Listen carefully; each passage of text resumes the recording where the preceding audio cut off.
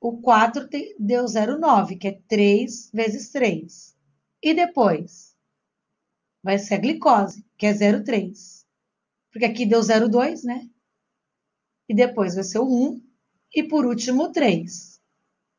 Porque eu quero a ordem decrescente, tá certo? Do maior para o menor. Tudo bem? Dúvidas? Se vocês estiverem escrevendo, eu não consigo enxergar. Vocês estão ocupando a minha tela, não aparece mensagem nenhuma. Abra o microfone e tire suas dúvidas. Posso prosseguir? Ok.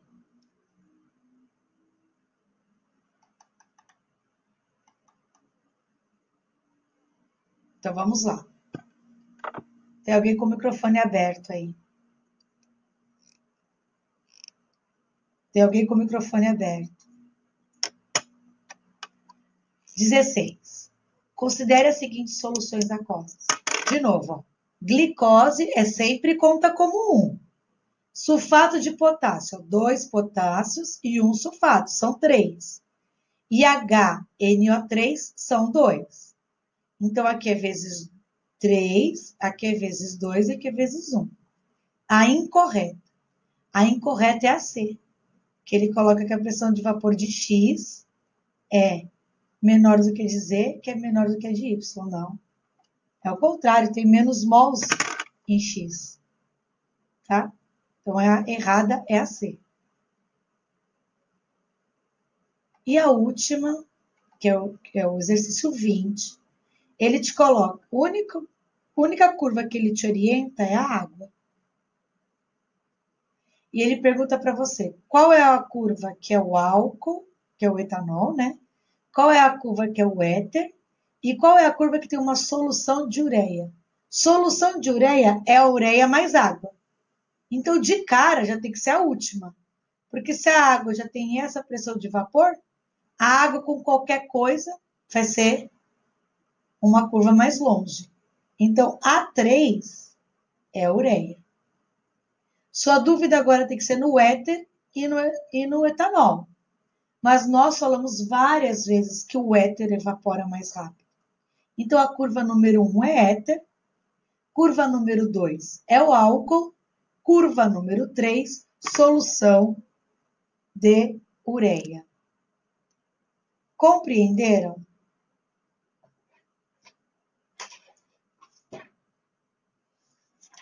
Ok.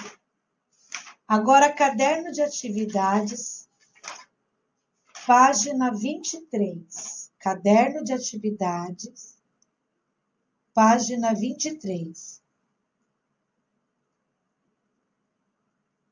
Tinha um roteiro de estudos lá para essa semana. Vocês fizeram?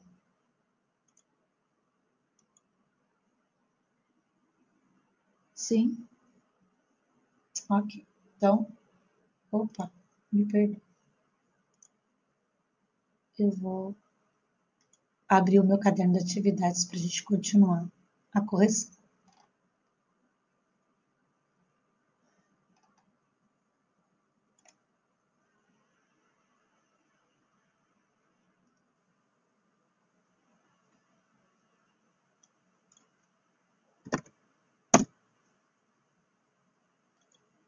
Perfeito.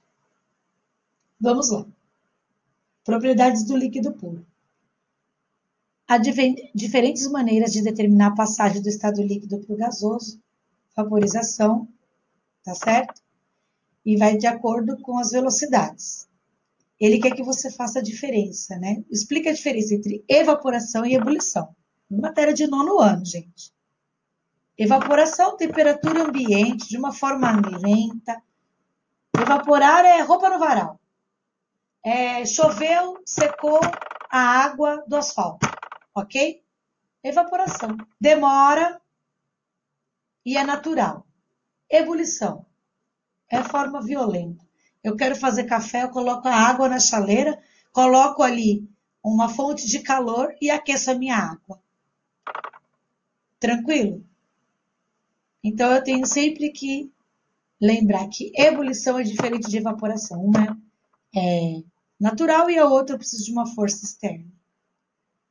Aí ele vai falar sobre salão de beleza, removedor de esmalte.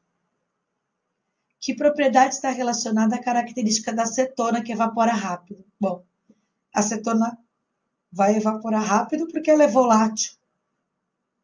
A acetona tem alta pressão de vapor, ok? Se a substância... um perfume. Quando eu passo o perfume, interessante que o pessoal consiga sentir o cheiro do perfume, sim? Então, eu coloco bastante essência que seja volátil para o pessoal sentir o cheirinho, né? Fixa na pele, mas quando passa, você consegue sentir aquele cheirinho de perfume. Muito bem. O próximo, exercício 3, A, B, C e D, tá certo? E ele fala, qual é o líquido mais volátil? Ser volátil é evaporar mais rápido. Menor pressão de vapor. É o A.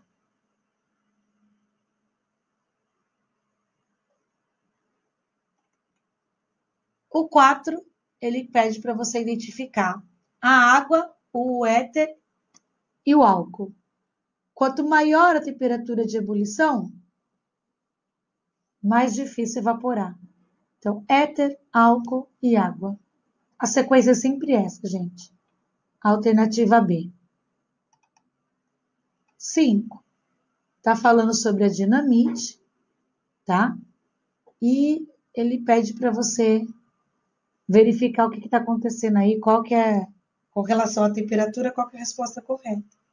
Bom, o TNT é mais volátil, portanto, tem maior pressão de vapor. Tá certo? É mais volátil, maior pressão de vapor. Por isso que os cachorrinhos conseguem sentir o cheiro. Sim? Vamos agora para o livro 2. Nós vamos iniciar o conteúdo novo. Página 5. Página 5 do livro 2, do segundo bimestre.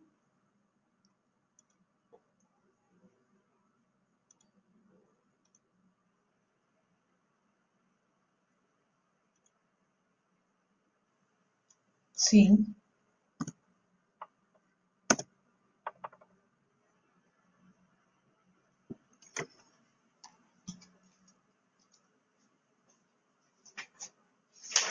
Diagrama de fases. Diagrama de fases. Você tem dúvida, por favor? No ponto triplo? Essa é a sua dúvida? Sato, a sua dúvida é no ponto triplo?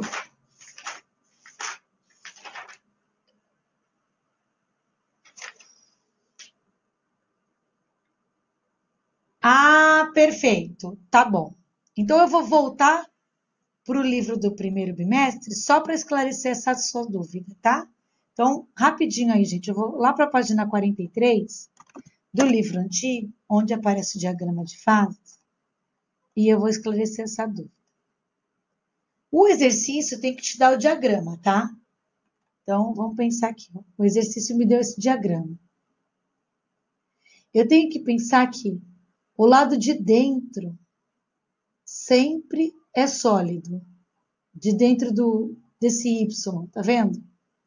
Tudo que tiver aqui, tudo que no gráfico cair aqui, vai estar sólido. Então, você fala, a temperatura, neste caso aqui, é menos 5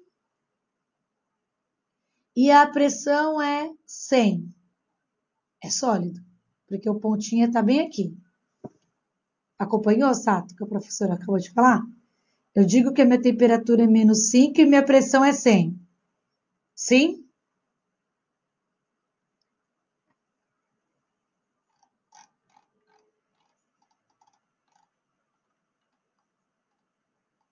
Ok. X. Ah, sim. Na verdade, o X está fazendo transformação de sólido para líquido. Ele está fazendo fusão. Tudo que cair nessa reta aqui, ó, é fusão. Se tivesse aqui o pontinho onde está minha seta, tá vendo a minha seta? É sólido. Se estivesse aqui onde está minha seta, é líquido. Mas se ele estiver em cima aqui, ó, em cima da curva, eu estou dizendo que ele está fazendo fusão. É aquele momento de eu vejo líquido e vejo sólido.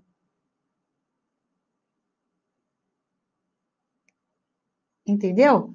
Do mesmo jeito aqui esse Y. Esse Y tem só um estado físico? Não.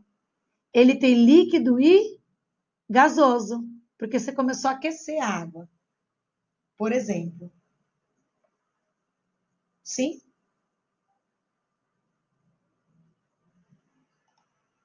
Por isso que quando a resposta do exercício é sempre um mais o outro, um mais o outro e um mais o outro.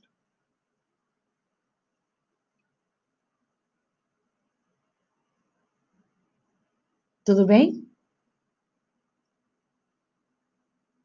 Então tá bom. Mais alguma dúvida? Não? Será que o Vitor está acordado, gente?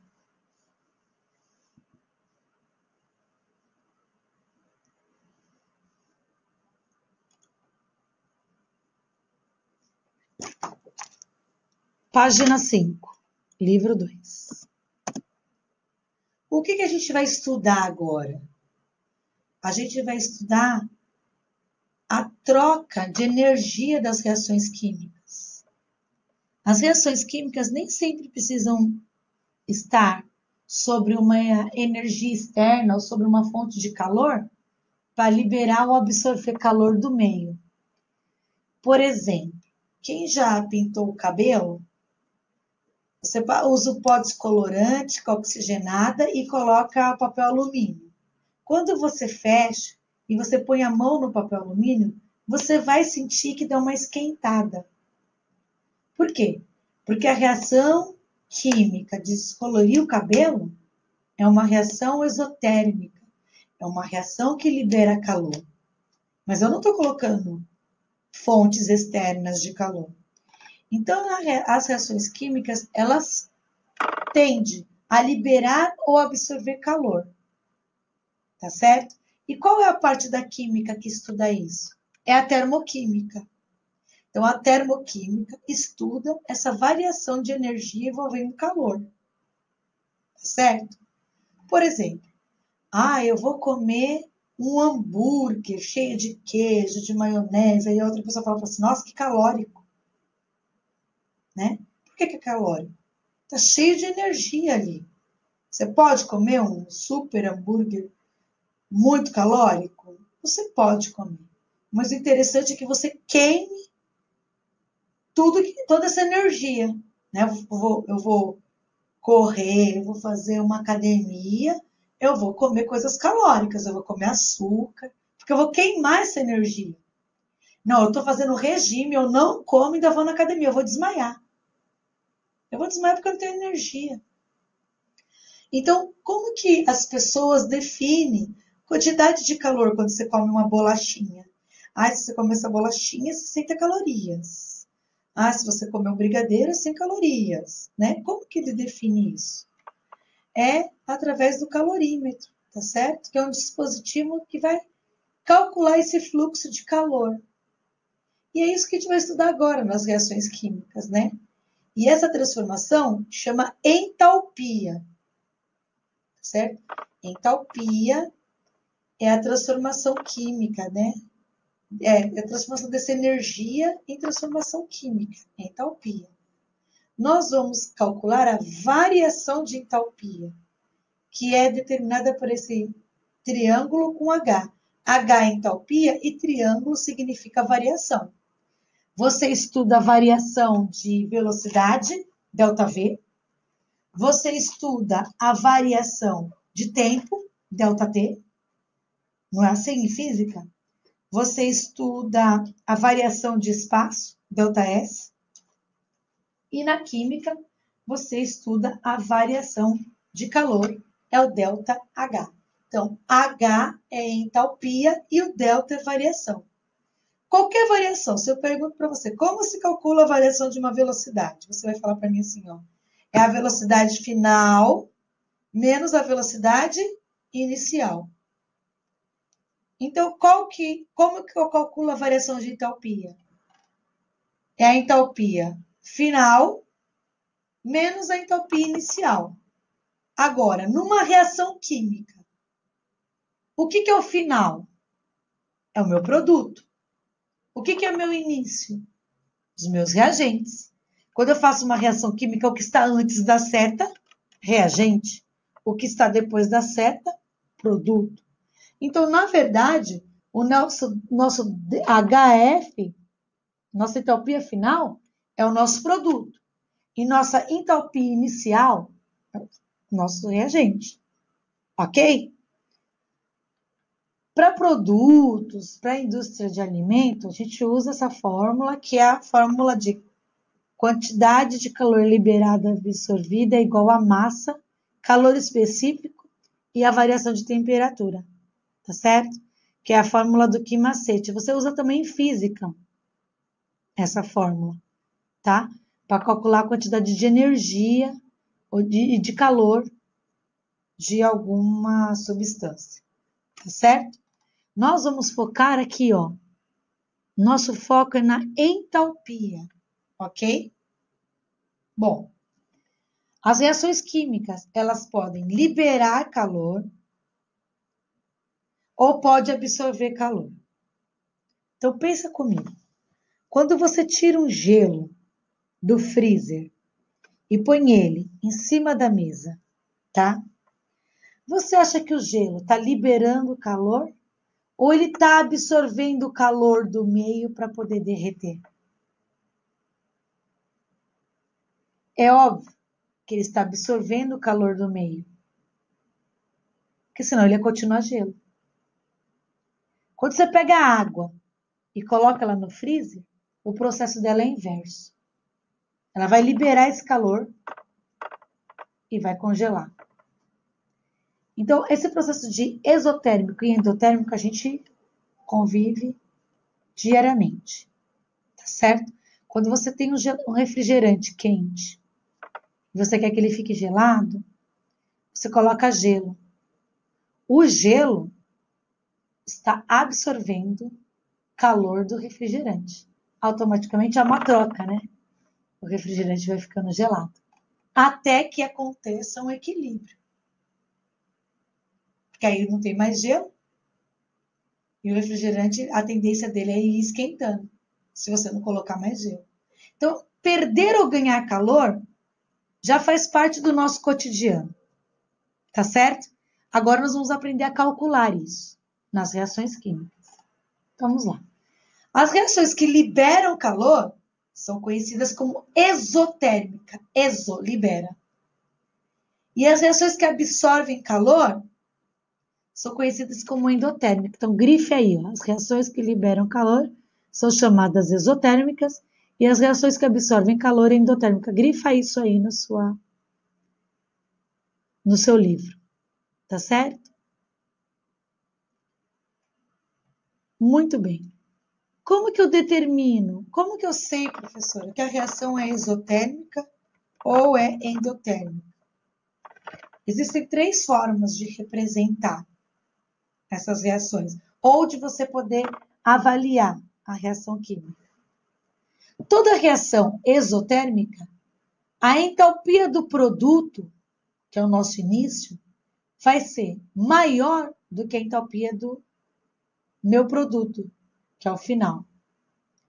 Então, eu posso representar assim, ó, o reagente, setinha, o produto mais calor. O que eu entendo com essa representação? Que quando a reação química acontece, o resultado disso é um produto mais uma liberação de calor. Quando você acende um fósforo, é uma reação de combustão. Qual que é o produto disso? A queima do fósforo mais o calor que o fósforo libera. É uma reação isotérmica. Qualquer reação de combustão é exotérmica. Libera calor. Uma outra forma de escrever essa liberação de calor. Reagente menos calor vai produzir ou vai formar o meu produto.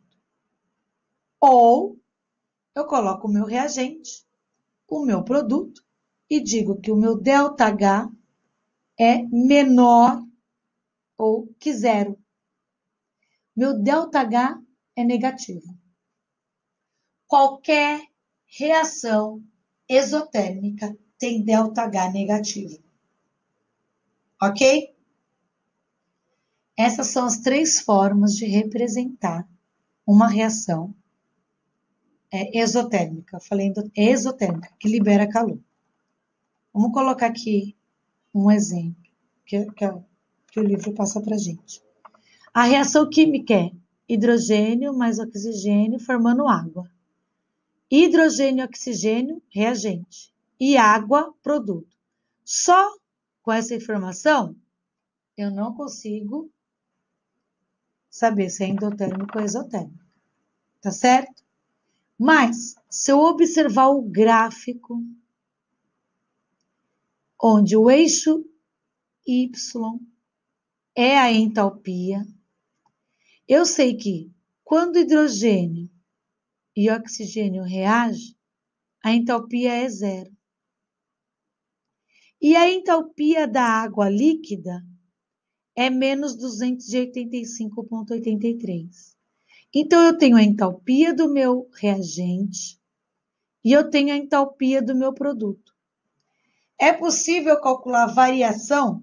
É possível eu agora determinar se a minha reação é endotérmica ou exotérmica? Sim. Olha a fórmula aqui, ó. Entalpia final menos entalpia inicial. A entalpia do produto é menos 285. A entalpia do reagente é zero. Então, a variação de entalpia é menos 285. Presta atenção. Esse sinal negativo é só para te informar se há liberação ou absorção de calor. Tá certo? A energia liberada é 285. É liberada por quê? Porque o sinal está negativo. Se o sinal fosse positivo, eu diria: a energia é absorvida no valor de 285. Então, esse negativo aqui informa para você a liberação de calor, não que a energia é negativa. Deu para entender? Ela te informa se a energia foi liberada ou foi absorvida. Existe outra maneira de representar? Sim. Eu posso colocar o hidrogênio, o oxigênio, a água, mais a quantidade que foi liberada. Uma outra forma, o hidrogênio, o oxigênio, menos essa energia forma água. Ou o hidrogênio, o oxigênio, o produto e ΔH menos 285. Se você não colocar o sinal, o seu exercício está errado. Por quê? Porque uma entalpia de 285 não significa nada. Eu preciso ter um sinal positivo ou um sinal negativo para dizer se eu estou absorvendo ou se eu estou liberando calor. Essas 3 opções é para representar a reação exotérmica. E a endotérmica, como eu represento, professora? Entalpia do reagente menor do que a entalpia do produto. Aí eu posso colocar reagente mais calor dando produto, reagente dando produto menos calor, reagente produto ΔH positivo. ΔH positivo absorveu calor. ΔH negativo liberou calor. Exemplo. Olha agora. Quem é o meu reagente agora? Meu reagente é água líquida. E o meu produto? O H2 e o O2. Certo? Então, a entalpia do meu produto agora é zero. E a entalpia do meu reagente agora é menos 285. Zero menos 285, menos com menos, mais. Então, eu vou concluir que houve a absorção desta energia. Como que eu informo essa absorção? Água mais energia forma hidrogênio mais oxigênio. Água dando hidrogênio, oxigênio, menos calor, porque o calor está aqui no reagente, no meu produto. Ou eu coloco a água formando hidrogênio e oxigênio com ΔH mais 285. ΔH mais 285 informa para mim, houve uma absorção de calor de 285. ΔH menos 285, houve uma liberação de calor de menos 285. O sinal me orienta se houve absorção ou liberação. Sem o sinal, eu não tenho como informar isso. Tá certo? E aí, aquela relação que a gente já conhece entre caloria e joule. Uma caloria tem 4,18 joules. Geralmente, no alimento, ele fala, libera uma caloria ou 4,18 joules. Página 9. Abram a página 9. Tem um organize ideias aí. Eu vou dar 5 minutinhos para vocês realizarem esse exercício. 5 minutinhos para informar para mim se a reação é endotérmica ou exotérmica. Eu acho que até menos. 3 minutos. São 11h03, 11h06. Eu vou corrigir os exercícios.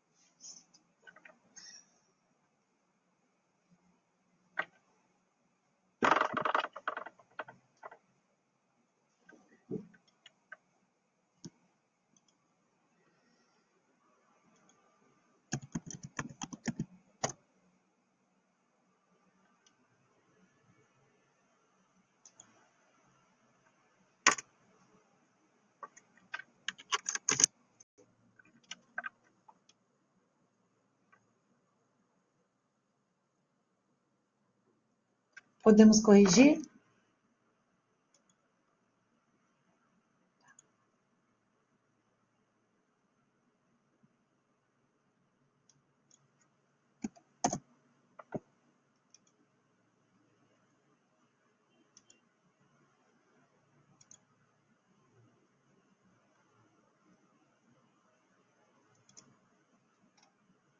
Tá aparecendo na minha tela, né?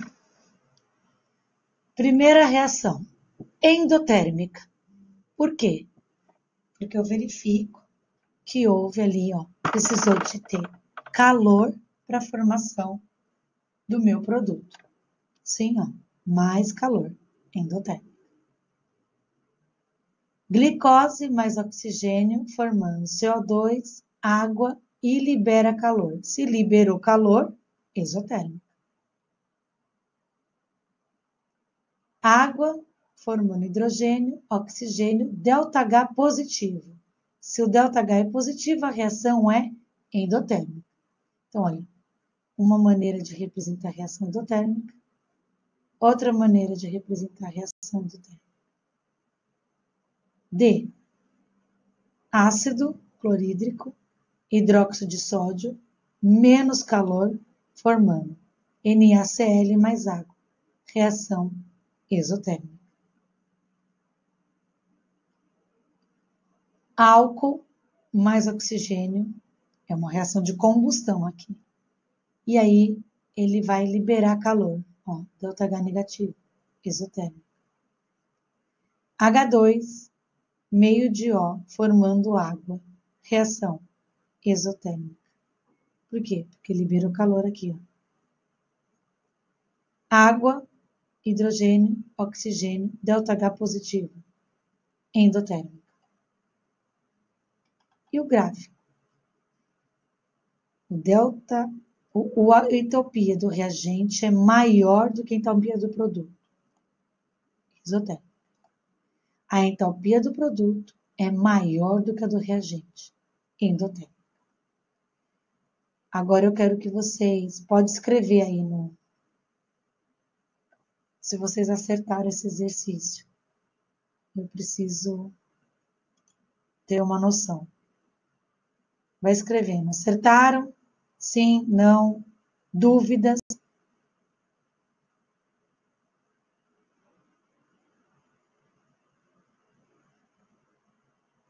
Tá. Que mais? Por favor, eu preciso do feedback de vocês. Eu não estou em aula, mas eu preciso ter uma noção. Acertou? Ótimo, Cá. Legal, Lia. Meu Deus, o que tá dando joinha? A Larissa? Certo, Gabi. Dúvidas? Alguém ficou com dúvida? Posso continuar? Sim. Então, vamos lá. Vamos continuar.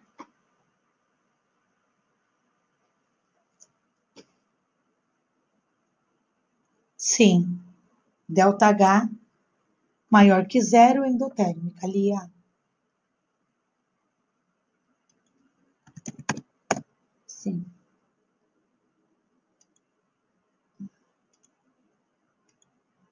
Ok.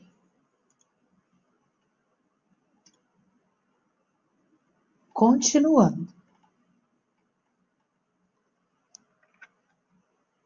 Agora, como que a gente vai analisar essas informações? A nossa aula, faltam 4 minutos. Eu vou passar, então, vai ficar a equação térmica para amanhã. Amanhã nós temos aula, última aula, certo? Aí eu começo a equação termoquímica, tá? Porque eu vou passar para vocês o parolar.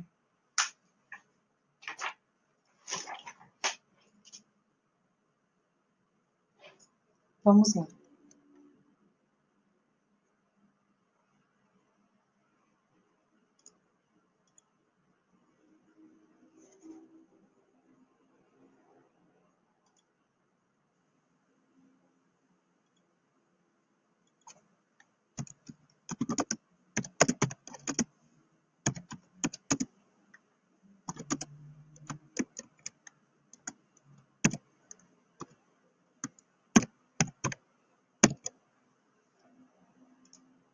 Então, parolar, página 5 do caderno de atividades do segundo bimestre. Anotem aí. Alguém ainda tem dúvida sobre esse conteúdo que eu acabei de explicar? Eu vou deixar para começar equações térmicas a aula que vem, porque eu preciso de um tempo maior para explicação. Dúvidas? Se vocês não tiverem dúvidas, a gente finaliza